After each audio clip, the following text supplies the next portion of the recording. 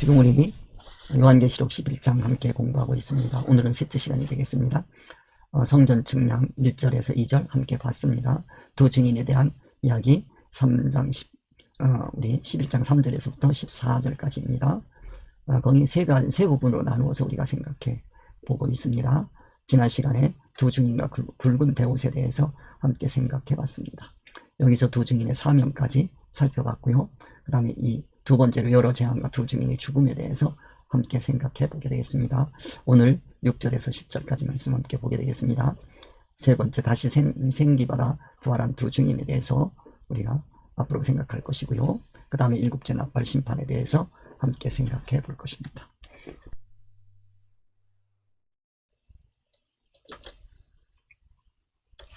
자, 오늘 두 증인과 굵은 배옷에 대해서 지난 시간에 함께 해봤습니다. 내가 나의 두 증인에게 권세를 주리니, 두 증인에 주는 권세를 우리가 기억을 해야 됩니다. 이 권세가 주어지는 목적은 뭐냐면 구원입니다. 이 권세를 다른 곳에 쓴다면 그거는 불순종이 됩니다. 큰 문제를 일으키게 되겠죠, 신앙에. 근데 두 증인이 그렇게 남발하지 않습니다. 권세를. 우리가 이 문제를 통해서 현재 교회의 지도자들이 그 하나님께서 주신 권세를 구원을 위해서 정말로 쓰고 있는지 우리 잘 살펴보아야 합니다. 그들이 굵은 배옷을 입고 1260일을 예언하여야 하리라. 1260에 대해서 지난 시간에 생각해 봤고요. 그 다음에 그들은 이 땅의 주 앞에 서 있는 감람나무와 두 촛대니, 감람나무와 두 촛대. 감람나무 하면 이거 지도자를 얘기하는 겁니다. 그러니까 두 증인은 지도자들인데 감람나무와 두 촛대다. 감람나무 하는 것은 성령 충만한 사람, 이렇게 진리로 충만해서 진리를 전하는 사람, 이렇게 생각해 볼 수 있겠습니다. 두 촛대 하면 빛을 내는 그와 같은 빛된 삶을 살아가는 그와 같은 증인의 역할에 대해서 함께 생각해 볼 수 있습니다. 그래서 감람나무 두 촛대, 감람나무 하면 성령 충만, 진리 말씀의 전함, 이런 거 생각해 볼 수 있고, 그 다음에 두 촛대 하면 이것은 그 진리 말씀을 받아서 이제 진리의 빛을 내는 삶을 살아가는 그와 같은 모습이다, 이렇게 생각하시면 되겠습니다. 그리고 이 감람나무 두 촛대는 어떤 사람을 생각하는 것이 아니고 이러한 성질을 가진 그와 같은 지도자를 얘기한다, 이렇게 생각해 볼 수 있겠습니다. 지도자 또는 성도 다 똑같은 뜻입니다. 그 다음 5절, 만일 누구든지 그들을 해하고자 하면 그랬습니다. 그들을 해하는 것은 다른 거 아무것도 없습니다. 총칼로 해하는 게 아닙니다. 무력으로 행할 수 있는 게 아닙니다. 이들을 해할 수 있는 건 오직 임시 이치를 가지고 대적하는 겁니다. 그렇게 되면 그들의 입에서 불이 나와서 진리 이치가 불이 되어서 나오는 거죠. 진리 이치의 말씀의 열정을 우리가 생각해 볼 수 있다. 그 열정, 임시 이치를 살라버리는 그와 같은 열정을 생각해 볼 수 있다. 그들이 원수를 삼켜버릴 것이요, 누구든지 그들을 해하고자 하면 반드시 그와 같이 죽임을 당하리라. 이 죽임을 당하는 게 복입니다.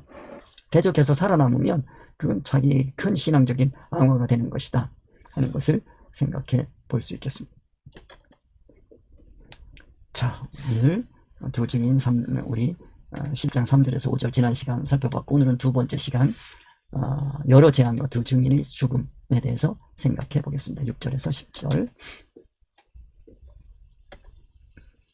오늘 해야 할 말씀이 좀 많기 때문에 되도록이면 간단하게 여러분에게 말씀드리고, 제가 힌트 말씀을 드릴 때 그 힌트의 말씀을 가지고 여러분의 신앙과 연결을 해서 어떤 것이 나의 구원과 연결되는 것인지, 어떻게 사는 것이 나의 구원과 연결되는 것이, 구원이라고 하면 하나님의 온전한 인격을 닮아가는 겁니다. 기독교의 구원은 다른 거 아무것도 없어요. 하나님을 닮아가는 거예요. 하나님을 닮아가는 것이, 즉 하나님의 형상을 이루어가는 것이 구원이지, 그 이외의 것은 절대 기독교의 구원이 될 수 없다, 이런 것도 생각해 보시고요. 그래서 6절, 그들이 권능을 가지고 하늘을 닫아 그 예언을 하는 날 동안 비가 오지 못하게 하고, 또 권능을 가지고 물을 피로 변하게 하고 아무 때든지 원하는 대로 여러 가지 재앙으로 땅을 치리로다. 오늘 하늘을 닫아 그 예언하는 날 동안 비가 오지 못하게 하는 이 말씀이 뭔지 함께 생각해 볼 것이고요. 그들이 그 정언을 마칠 때 무저갱으로부터 올라오는 짐승이 그들과 더불어 전쟁을 일으켜 그들을 이기고 그들을 죽일 터인즉 그들의 시체가 큰 성 길에 있으리니 그 성은 영적으로 하면 소돔이라고도 하고 애굽이라고도 하니 곧 그들의 주께서 십자가에 못 박히신 곳이라.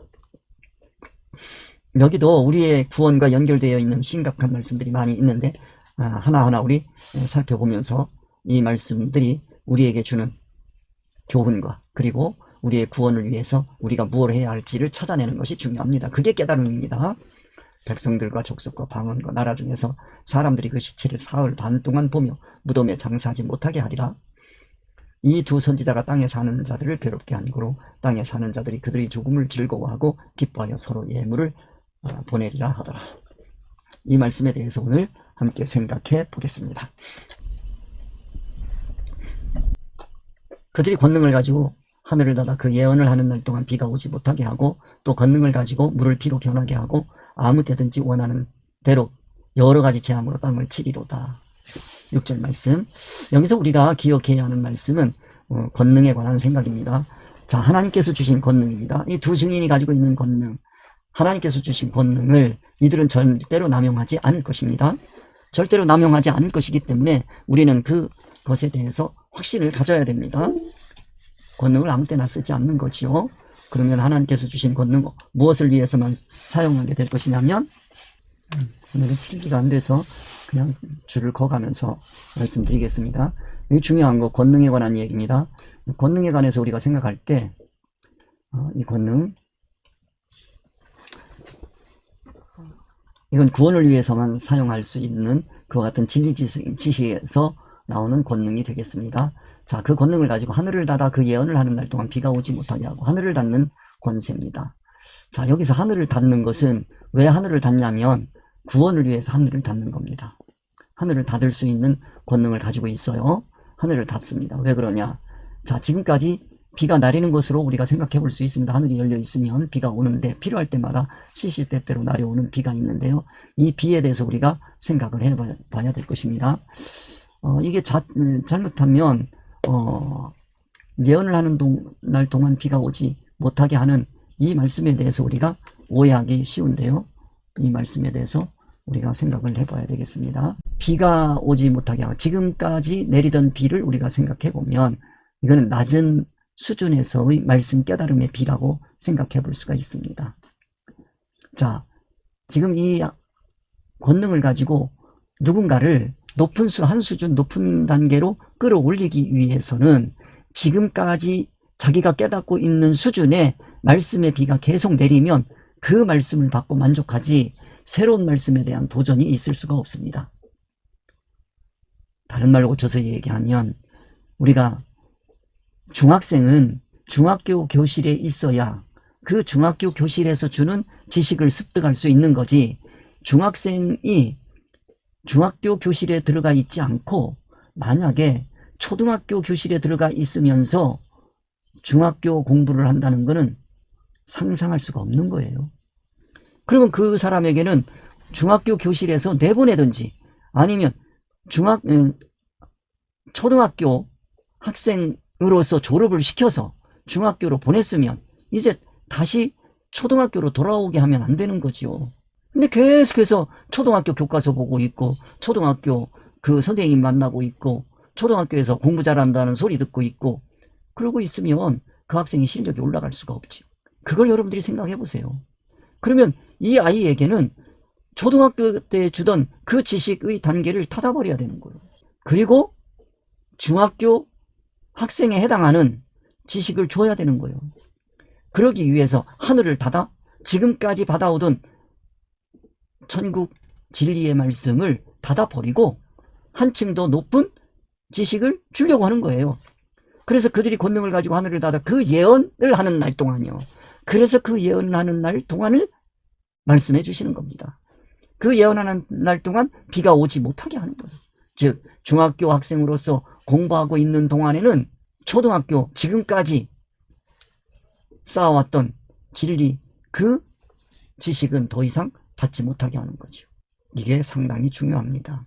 자기가 올라가야 됨에도 불구하고 올라가지 못하는 신앙에 머물러 있는 것은 그 수준에서 도저히 벗어날 수 없는 거다. 이 말씀을 생각하면서 우리는 참 안타까운 현실을 직면하게 됩니다. 교회가 10년 전에 배웠던 성도나 지금 갓 들어온 사람이나 똑같이 설교를 듣고 이해한다고 하는 것은 있을 수가 없는 거죠. 교회같이 커리큘럼이 없는 이런 이상한 교육기관이 없는 거예요. 이럴 수는 없는 겁니다. 그래서 우리는 교회가 지금 시급하게 정비를 해야 될 상황이 교육 시스템입니다. 세상 공부도 그런 식으로 안 해요. 하물며 차원적으로 전혀 다른 진리 말씀을 깨닫게 하고 진리의 말씀에 사람이 되게 하는 이런 수준 높은 하나님의 온전한 인격으로 자라가는 인격 수양의 그 장에서 가르침이 없다는 것은 있을 수가 없는 거지요. 그래서 우리는 이 계시록 말씀 11장 6절 말씀을 통해서 아하, 우리 교회가 빨리 수준 높은 사람들을 따로 지도할 수 있는 그와 같은 체제가 필요하구나 하는 걸 느꼈으면 좋겠어요. 그 다음에 더 자세한 말씀 안 드리겠습니다. 여러분들이 그거는 판단하시고 여러분들이 결정하시기 바랍니다. 또 권능을 가지고 물을 피로 변하게 하고 그랬습니다. 권능을, 여기 출애굽기를 생각할 수밖에 없습니다. 권능을 가지고 물을 피로 변하게 하고, 이 출애굽기에서 나오는 말씀이잖아요. 물을 피로 변하게 한다. 이 물 하게 되면 이치거든요. 지금까지 마시고 있던 그 물이 생명수인 줄 알고 마시고 있는데, 네가 마시고 있는 피는 이 물은 사망의 피다. 즉 사망의 피라고 하는 건 뭐냐? 이치가 세상 이치에 지나지 않는다는 거예요. 교회에서 자기가 깨닫고 있는 그 수준의 말은, 그 말씀은 이미 더 이상 자라지 못하는 생명의 말씀이 아니라는 거예요. 그거를 깨닫게 해줘야 된다는 거예요. 이거 제가 10년 전에 거의 뭐 한 20년 돼가는 것 같기도 하고 이 말씀을 증거하고 그랬는데요.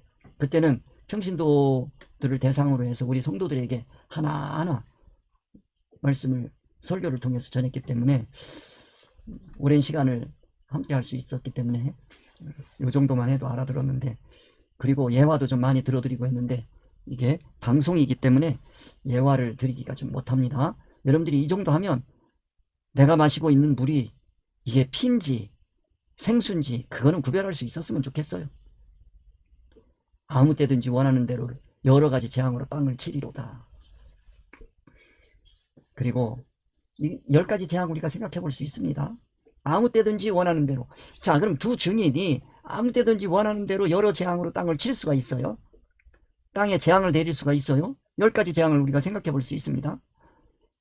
모세와 아론이 애굽 땅에 내렸던 10가지 재앙, 그거 생각해 보세요.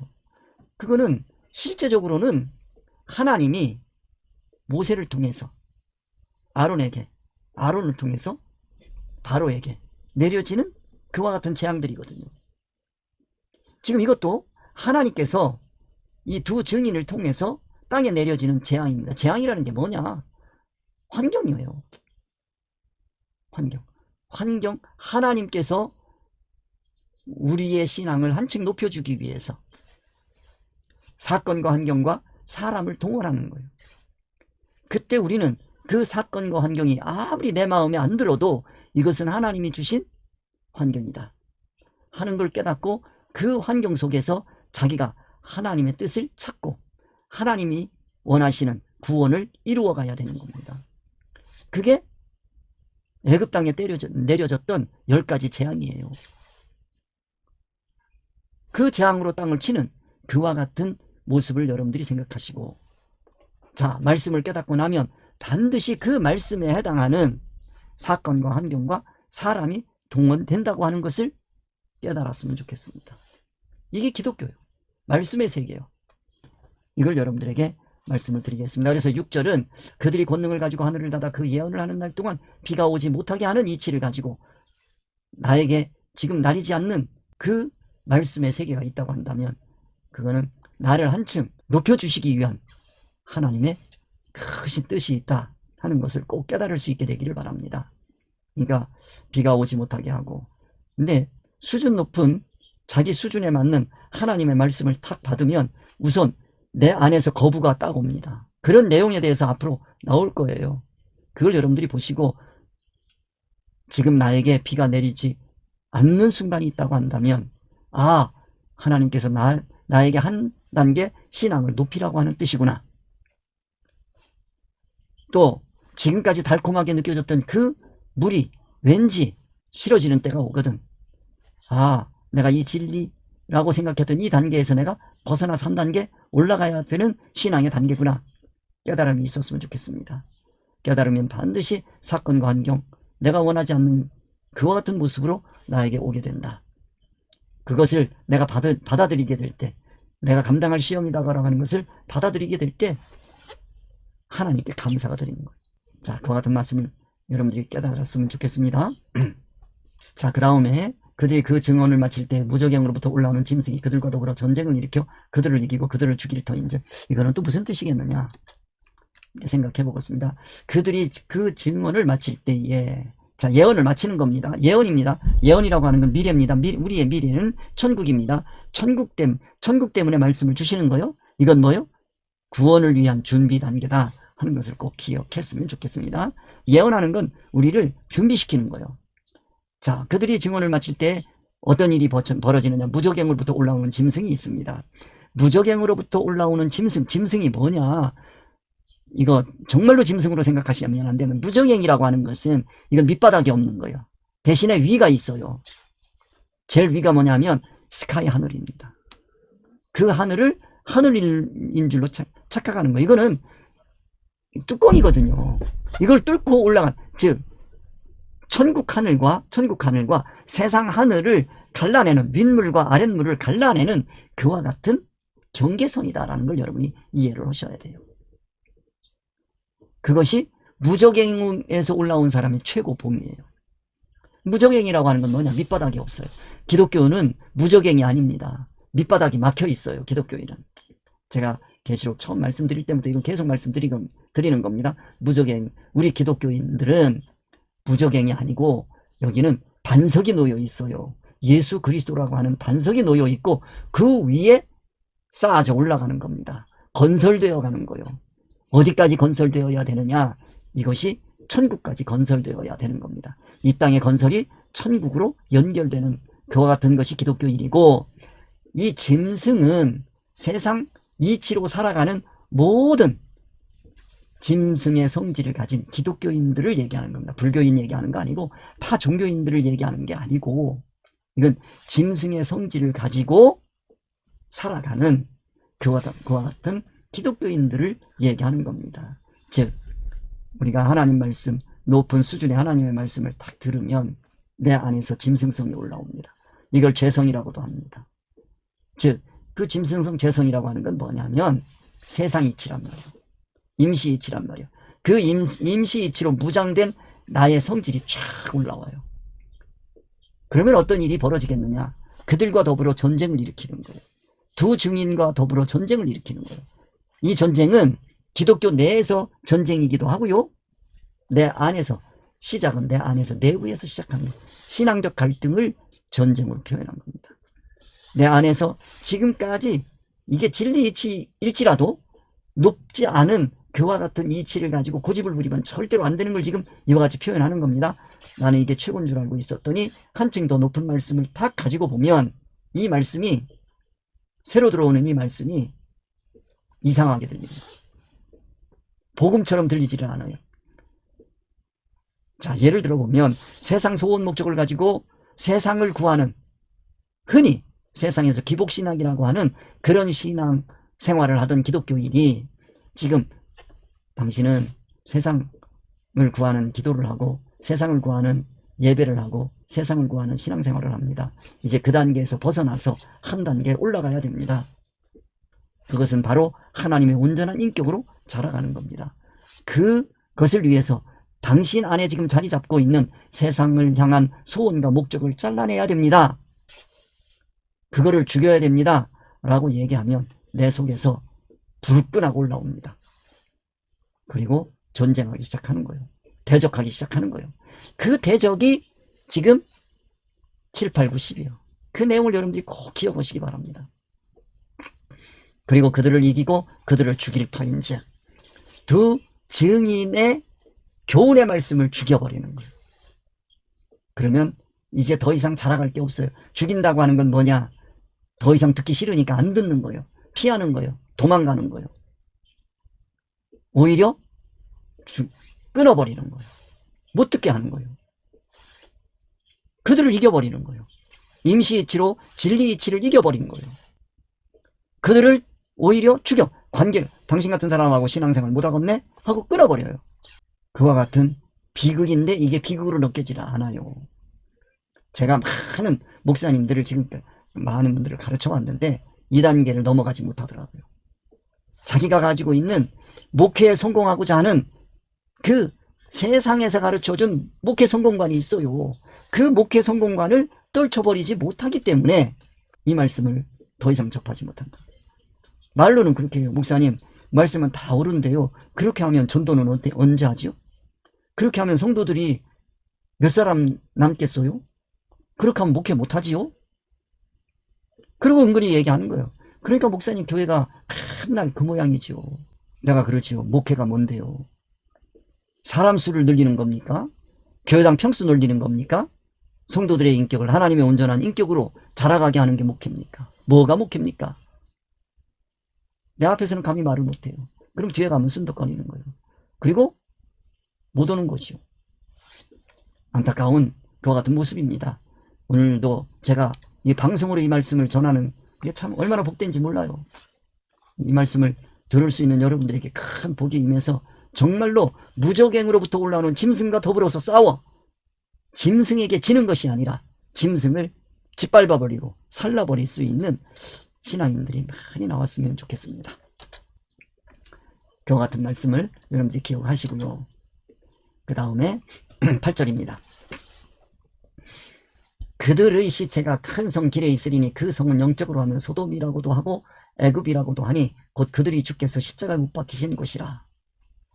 그들의 시체가, 자, 죽였어요. 죽였으면, 자, 여기 육체적으로 죽인 거 그거 생각하지 마시기 바랍니다. 그들을 죽였다고 하는 게 무슨 뜻인지 여러분 아시기 바랍니다. 그들의 시체가 큰 성 길에 있으리니 그 성은 영적으로 하면 소돔이라고도 하고 애굽이라고도 하니 그랬습니다. 이게 필기가 됐으면 참 좋겠는데 오늘 여기 필기가 안 돼서 참 안타깝습니다. 오히려 더 좋을 수도 있겠습니다. 그들의 시체가 큰 성 길에 있으리니, 시체 그러면 이거는 몸이란 말이야. 그들의 몸이요. 몸이 큰 성 길에 있으리니 그 성은 영적으로 하면 소돔이라고도 하고 애굽이라고도 하니. 자, 그들의 몸이 어디에 있느냐? 큰 성. 큰 성 그러면 이거는 예루살렘 성으로 생각하시면 됩니다. 표면적으로는 큰 성, 예루살렘 성이요. 길에 있으리니 많은 사람이 오가는 길에 있어요. 자, 누가 오가는지, 그 길에 누가 오고 가고 있는지 우리가 잘 생각해 봐야 됩니다. 우리 11장 들어와서 처음 말씀드릴 때 측량하지 말라고 하신 곳이 있습니다. 바깥마당에, 성전 바깥마당이에요. 그리고 그 성, 거기는 이방인에게 준 거예요. 그곳을 여기 이곳으로 생각해 보시면 됩니다. 그들의 시체가 큰 성 길에 있으니, 시체 그러면 이거는 그들의 삶입니다. 그들의 삶. 진리 이치로 세상 이치를 사용하시면서 사는 그 삶을 말씀하시는 거예요. 길에 있으리니 그러면 이 사람들은 그 사람들이 산 삶은 보는데 그 뒤에 이면에 작용하고 있는 그 진리 이치는 보지 못하는 거예요. 진리 이치를 빼고 그들의 삶만 평가를 내리면 이 삶이 세상처럼 보이는 거예요. 그런데 그걸 영무시하는 거죠. 이 말씀을 통해서 여러분, 곧 그들이 주께서 십자가에 못 박히신 곳이라 어딘지 생각해 보세요. 예수님이 십자가에 못 박혀 돌아가신 곳, 그런 얘기요.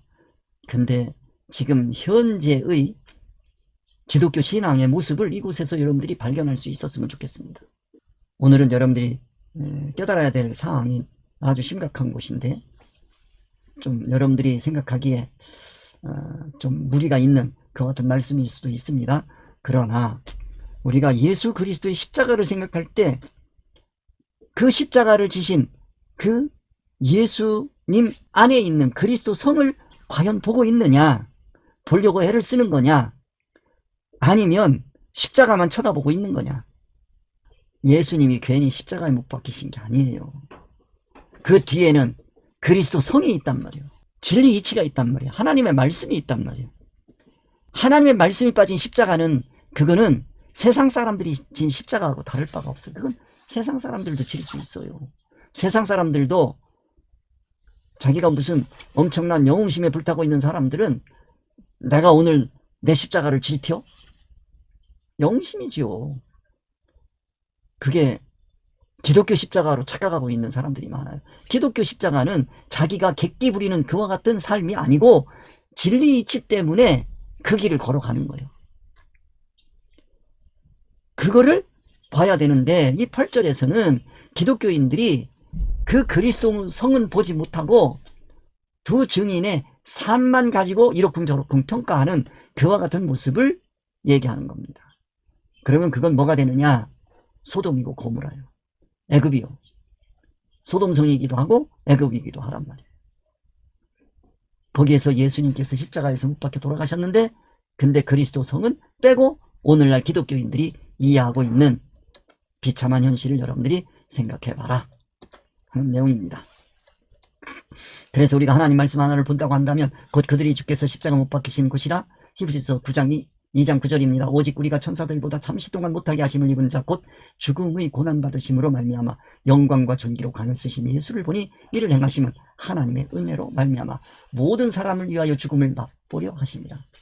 우리 히브리서 2장 9절 이 말씀 생각할 게 너무 많은데 시간이 또 많이 가니까, 모든 사람을 위하여 죽음을 맛보려 하려 하심이라. 예수님이 죽음을 맛본다고 하니까 세상적인 생각으로 맛본다가 아니고, 그런 걸 말씀하시는 게 아니고 평가란 말이야. 사람들의 죽음에 대한 평가란 말이야. 예수님의 십자가는요, 네가 어떻게 죽을래 하는 죽음에 대한 평가요. 말씀 때문에 죽을래, 임시 세상 이치 때문에 죽을래, 그 말씀을 이렇게 표현하고 있는 거. 모든 사람을 위하여 죽음을 맛보려 하심이라. 이건 뭐냐? 모든 기독교인들에게 이렇게 죽는 게 천국 영광과 연결되는 그와 같은 죽음이다 라고 하는 말씀을 히브리서 2장 9절에서 우리에게 보여주시는 거예요. 그래서 여기서요, 우리가 오직 우리가 천사들보다 잠시 동안 못하게 하심을 입은 자 곧 예수님이요, 십자가에서 돌아가실 때요 천사들보다 잠시 못하게 하셨다. 왜 이 말씀을 하실 수밖에 없냐면, 천사 그러면 천사는 당연히 그렇게 죽어야 돼. 이럴 수 있는 거요. 예수님 하나님의 아들, 하나님의 아들은 당연히 그렇게 죽어야지, 우리는 그렇게 못 죽어, 이러면 안 되는 거지요. 그래서 우리에게 어떻게 죽어야 되는지를 확실하게 보여주시기 위한 그와 같은 표현을 천사들보다 잠시 동안 못하게 하셨다라는 거예요. 즉 참 인간의 모습으로 사시다가 돌아가신 모습, 참 인간으로서 어떻게 살다가 죽어야 되는지를 보여주는 그와 같은 사건을 십자가의 사건이라고 하는데, 이 십자가를 보면서 얼마나 아팠을까. 뭐 십자가에 못 박히는 못소리가 들린다는 동, 이런 육적인 발로에서 나오는 그 감성만 가지고는 기독교인의 주님이 원하는 참 삶을 살아갈 수가 없다. 그러면 그거는 천국하고 연결되지 않는다. 이거를 여러분들에게 꼭 말씀드리고, 이거 여러분들과 토론하고 얘기하고 우리의 이 세계를 조금 깨달을 텐데 그렇지 못한 것을 참 안타깝게 생각하고, 이 말씀 계속 들으면서 여러분의 것으로 만들고 이 말씀에 좀 여러분이 동참할 수 있게 되기를 바랍니다. 그리고 기도할 땐 이렇게 좀 기도하세요. 내가 저거 도저히 못 깨닫겠다, 또는 아니 어떻게 저렇게 깨달음이 올 수 있을까, 이렇게 생각하시면 여러분들 기도하십시오. 기독교인의 장점이 기도 아닙니까? 하나님, 저 장봉현 목사에게 역사하고 있는 성령님, 저가 세상말 전하는 거 아니고 성령님의 인도하심으로 성령의 말씀, 그 말씀을 전하는 거 아닙니까? 저가 깨달은 그 천국의 세계, 하나님의 세계를 저에게도 깨닫게 해주셔서 저도 저 말씀에 동참할 수 있도록 도와주옵소서. 여러분들이 만약에 그렇게 기도한다고 한다면 하나님께서 자비로우시고 사랑이 넘치시는 그 하나님께서 여러분의 소원하시고 기도하는 그 기도를 들어주지 않겠습니까? 그 다 썩어 문드러질 세상 구하는 데는 그렇게 열심인데 천국을 위해서는 기도를 아끼실래요? 기도에 대해서 우리 다시 한번 생각해 볼 수 있는 그런 좋은 기회가 됐으면 좋겠습니다. 천사들보다 잠시 동안 못하게 하심, 이거 한번 생각해 보시고요. 그 다음에 9절입니다. 백성들과 족속과 방언과 나라 중에서, 자, 백성, 족속, 방언, 나라 다 여러분들이 아시는 겁니다. 넘어가겠습니다. 사람들이 그 시체를 사흘 반 동안 보내면, 사흘 반, 이게 사흘 반은 한때 두때 반입니다. 3. 하나님의 세계, 의사 단위의 세계입니다. 그 하나님의 의사 단위를 위해서 안식이 꼭 필요합니다. 안식의 세계로 들어가야 되는데 사흘 반 동안 보며, 자, 안식의 세계를 들어가지 않고 시체만 바라보고 있는 거예요. 두 증인의 삶만 바라보고 평가하고 있는 거예요. 그러면 그건 세상 이치밖에 안 나옵니다. 무덤에 장사하지 못하게 하리로다. 무덤에 장사하지 못하게 한다? 이게 묻는다고 생각하지 마시고, 이게 바로 666의 신앙 활동이다라고 생각하세요. 무덤은요, 예수 그리스도께서 돌아가시고 장사되셨어요. 사흘간 계셨어요. 그때 무슨 일이 일어납니까? 그때 천국이 열리는 거예요. 우리에게 그걸 보여준, 천사보다 잠시 동안 못하게 하시고, 그 예수 그리스도께서, 예수님께서 돌아가시고 장사되고 부활하시는 예수님을 보여주시기 위해서, 그리고 승천하는 걸 보여주시기 위해서 무덤이 있는 거예요. 무덤이 없으면 안 되는 거예요. 즉 안식이 없으면 안 되는, 그날이 안식일이란 말이에요. 안식이 없는 그와 같은 숫자가 666이에요. 1, 2, 3, 4, 5, 6 1, 2, 3, 4, 5, 6 맨날 6까지만 보는 거. 이게 바로 뭐요? 백성들과 족속과 방언과 나라 중에서 사람들이 그 시체를 사흘 반 동안 바라보는 게 이 666의 신앙이에요. 무슨 파코드니 뭐니 그런 생각하지 마시고, 안식이 없는, 즉 안식은 뭡니까? 항상 말씀드리잖아요. 하나님께서 증인들을 통해서, 선지자들을 통해서 말씀을 깨닫게 해주시고, 예수 그리스도를 통해서 말씀을 깨닫게 해주시고, 이거는 하나님이 하시는 거예요. 하나님만이 하실 수 있는 거예요. 그런데 무덤에 들어간단 말이에요. 그걸 가지고 네가 안식으로 들어가라. 즉 자체화시켜라. 네가 진리의 사람이 되라. 너 진리의 사람이 돼야 천국에 가서 살 수 있는 부활체를 입을 수가 있느니라. 부활체를 여러분 기억하셔야 돼요. 천국 부활의 삶을 살 수가 있는 겁니다. 여러분들 이 말씀을 꼭 깨달으셔서 부활을 준비하시는 그와 같은 복된 분들이 다 되시기를 바랍니다. 10절입니다. 이 두 선지자가 땅에 사는 자들을 괴롭게 한 거로. 두 선지자가요, 땅에 사는 자들이라는 게 뭡니까? 소원이 땅에 있고 목적이 땅에 있는 거예요. 목회를 하면서도 목회 성공하는 거예요. 목회 성공이 뭐냐? 사람을 얼마나 많이 세웠냐가 중요하지. 천국에 가서 너 교회당 몇 개 졌냐? 교회당을 뭐 100개를 진다고, 뭐 외국 땅에 가가지고 땅 싼 데 가가지고 뭐 100개를 진다고 그러고 그러고 있어요. 이 안타까운 현실. 교회당 짓는 게 문제가 아닙니다. 성전을 지어야지. 성전 뭡니까? 하나님이 거하시는 성전은 성도들이잖아요. 그 성전 건설을 해야지. 하나님이 거하실 수 있는 성전이 되는 건 더러우면 못하는 게, 더럽다는 게 뭡니까? 세상 소원 목적으로 되어 있으면 그게 더러운 거지. 하나님의 소원 목적과 일치하는 그와 같은 성도들이 돼야지요. 근데 목회자가 이 세상에 있는 그 성공을 위해서 살아가는 모습을 보면 얼마나 안타까운지 모르겠어요. 성도를 세우려고 해야지 교회당 세우려고 하면 안 됩니다. 성전된 교회를 세우시는 귀한 분들이 되시기를 바랍니다. 그래서 이 두 선지자가 땅에 사는 자들을 괴롭게 하는 거로. 이런 말씀을 들으면 제가 목사님들 많이 아주 많은 사람들이 아니에요. 목사님들 만날 때마다 이런 말씀 증거하고 했지요. 또 몇 년씩 저와 함께 성경 공부한 분들도 있어요. 근데 내 한 구석에 있는 목회 성공하기 위한, 세상이 가르쳐준 목회 성공, 하나님이 가르쳐준 목회 성공이 아니고 세상이 가르쳐준 그 목회 성공을 위해서 이 길을 못 가는 걸 보면 너무 안타까워요. 그런 사람들에게는 제가 가서 얘기하면 얼마나 괴롭겠어요. 저도 알아요. 괴로워하는 거. 어떤 목사님 그래요. 목사님, 제가 목사님한테 더 배우고 싶은데 우리 장로님이 와서요, 목사님, 성도들이 많이 줄었어요? 그런다는 거예요. 그래도 꾹 참고, 목사님, 내가 깨달은 게 있어서 가서 증거를 했더니 재정장로님이 와가지고 말씀하더라는 거예요. 목사님, 요새 재정이 많이 줄어들고 있어요?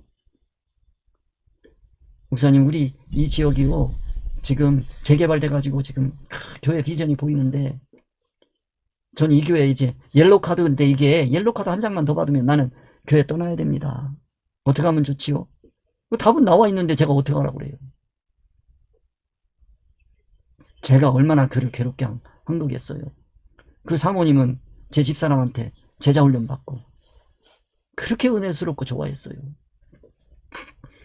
장로님들 제발 좀 세상 육성 그거 죽이세요. 목사님들 괴롭히지 말고. 이 길 가고 싶어도 못 가요. 땅에 사는 자들이 그들의 죽음을 즐거워하고 기뻐하여 서로 예물을 보내리라. 땅에 사는 자들이 뭡니까? 세상 임시, 소원, 목적, 이치로 살아가는 이해타산가치 판단, 평가를 세상 이치로 내리고 있는 사람들, 성도들이요. 이거 지금 백성들이란 말이요. 방언이란 말이요. 방언 제가 말씀드렸잖아요. 그 사람들이 그들의 죽음을 즐거워하고, 죽음을 즐거워한다는 얘기는 그 교제를 끊고 나니까 얼마나 후련하고 좋겠어요. 그럼 그들이 모여가지고 기뻐하지. 서로 예물을 보내리라. 뭐 보내겠어요? 목사님, 내가 목사님 위해서 요즘에 기도 많이 하고 있어요. 장로님 위해서 기도 많이 하고 있어요. 예물을 보내고 있지. 무슨 기도겠어요, 그게. 예물이지. 예, 여러분, 이 말씀을 통해서 여러분이 이제는 천국을 향하여 한 걸음 한 걸음 걸어가시는 귀한 두 증인의 삶을 살아가시는, 또 그 말씀을 밟고 기뻐 날뛰며 천국을 향하여 다름질치는 여러분 모두가 되시기를 주님의 이름으로 축원드립니다. 자, 수고 많이 하셨습니다. 우리 주님 가르쳐 주신 기도하면서 마치겠습니다. 하늘에 계신 우리 아버지여, 이름이 거룩히 여김을 받으시오며 나라에 임하오시며 뜻이 하늘에서 이루어진 것 같이 땅에서 이루어지이다. 오늘날 우리에게 일용할 양식을 주옵시고 우리가 우리에게 죄 지은 자를 사하여 준 것 같이 우리 죄를 사하여 주옵시고 우리를 시험에 들게 하지 마옵시고 다만 하게 섞어옵소서. 나라와 권세의 영광이 아버지께 영원히 있사옵나이다. 아멘. 수고 많이 하셨습니다. 다음 주에 뵙겠습니다.